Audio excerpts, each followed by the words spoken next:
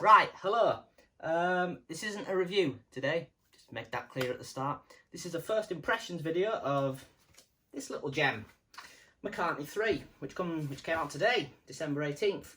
But I managed to get this copy early.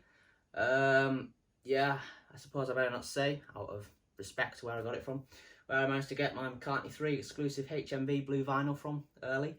But yeah. So I've been listening to this quite a bit over the last 24 hours. Not enough to be able to give a definitive review yet. I'll probably do that in between Christmas and New Year, so in about a week and a bit. But for now, I'll give you my first impressions of this. I'm sure you've all seen it by now, but we'll go through the vinyl. That's the front cover, that's the back cover, really good back cover. That's the gatefold, which is very reminiscent of McCartney I's gatefold actually. And then the album itself has the lyrics printed on, as well as the personnel, which is pretty much just Paul. There is a couple of others on bits of it, engineering and things, but blue vinyl, which is nice and blue, very bluey. Yes, I know Paul has released many different colour variations of his albums, this album. Paulie and his Technicolor albums. But yeah, I've only got the blue, and I think I've also ordered the red one off his album, off his official store, because it's only like limited to 3,000. But it's not here yet. So yeah, that's the vinyl. So I'm not going to go through each track individually, because I don't know them well enough yet to give you my thoughts and opinions on them. I'll just give you like my first impressions of the album as a whole, and tracks that have stood out to me, ones that are looking like I might not like. But anyway, we'll start when this album was announced back in October. I was initially a bit worried about this album, a bit pessimistic. I didn't think it was going to be up to the same level as McCartney and McCartney II from 1970 and 1980.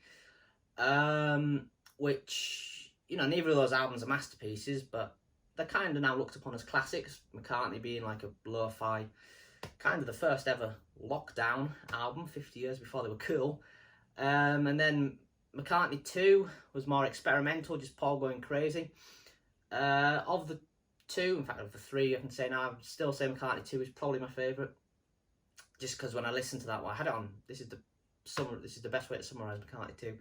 I was in the car a few months ago with my gran, and McCartney II was on, and she said while it was on, "Who's this?"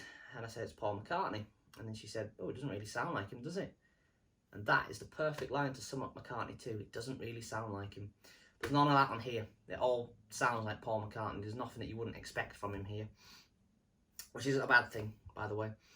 But yeah, I was worried, I thought, when this album was first announced, because it had been so long, it had been 40 years since he last did one of these. He's not as young as he was now, and obviously we all know his voice isn't what it used to be. But I'm pleased to be able to sit here and say from my first impressions, yeah, I think this album is good. You know, it's very good, you know, this McCartney III, you know. Sorry, that was terrible. But yeah, very good album, this. I have, all the reviews have come out from critics. And the usual thing of Paul's recent albums of, well, you know, it's a great album, it's wonderful, which, you know, no one will say anything bad about him anymore. And unfortunately, for this album, that is true. I'm struggling to think of anything bad about it. There are little niggles I have with it, here and there, but overall, yeah, first impressions, it's really good, actually. So, yeah, tracks. I should point out the vinyl has a different running order to the CD and the digital. So I've listened to this on the vinyl.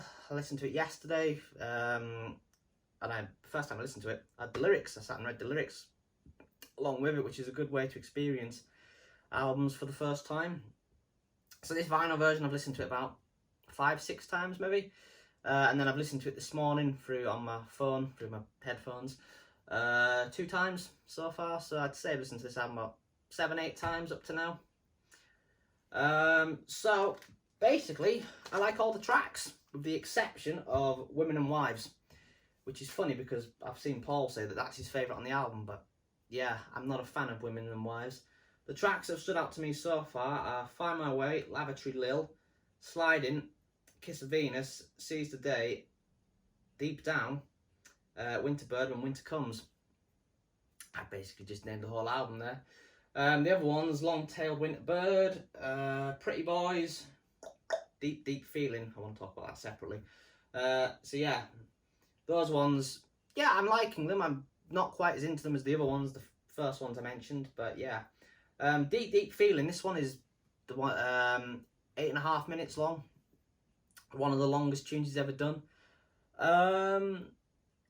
Yeah, I think with time I'm going to end up loving this song. For now, it's going to be one of those songs I think that's a grower. But yeah, it's definitely growing on me now, and it will probably be amongst my favourites in the album when I eventually do my proper review. So yeah, first impressions, yeah, it's good. That's all I'm going to say for now. So I'll be back soonish, hopefully, like I said, between Christmas and New Year, with my proper review of this album. But yeah, first impressions, it's very good. So thank you very much, and yeah, I'll see you soon for the review.